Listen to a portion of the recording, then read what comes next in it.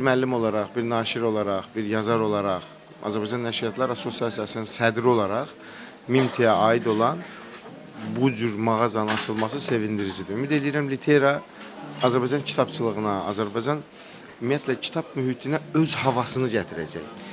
Çünki MİMTA nəşriyyatının istər nəşrlərində, istər onun rəhbərlərində, istər bura daxil olan Füyuzat jurnalı, Füyuzat TV, digər bütün proseslərdə çox maraqlı bir mühiti var. Sakit, huzurlu, təvazökar, səmimi bir ortamı var.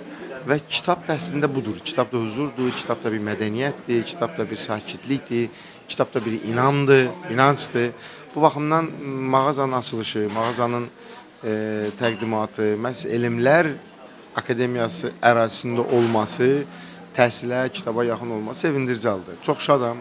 Dediyim kimi, kaş ki, hər bölgəmizdə, hər məhəlləmizdə, hər ərazimizin hər bölgəsində, ölkəmizin hər yanında belə mağazalar və bu cür mağazaları fəaliyyətə başlayacaq təşkilatlar, şəxslər, fədakarlar olsun.